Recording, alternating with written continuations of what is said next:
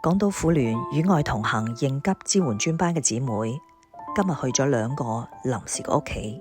政府同埋社會各界喺發生火災之後，以最快嘅速度，讓呢啲災民喺第一時間住入咗呢啲臨時住所。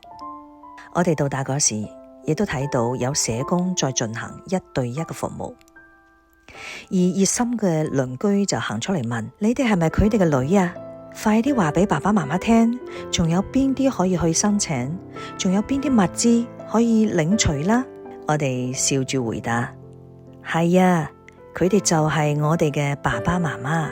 父母屋企有任何嘅需要，我哋即刻就到。雖然政府已經考慮得好周到，社會各界準備嘅物資亦都好豐富，但係我哋亦都想盡一啲孝心，令到佢哋可以住得更加舒服一啲。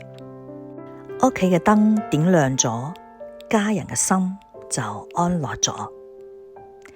面對突如其來嘅火災，可能令到屋企人去住咗唔同嘅地方，但係我哋相信呢個只係暫時嘅。全社會都喺度關心支援，成千上萬嘅愛心都會幫助佢哋重建未來家園。我哋知道你哋失去咗親人，但係請你相信，我哋亦都多咗好多爸爸媽媽、兄弟姊妹。今日係大埔火災發生嘅第7日，願亡靈安息。香港加油！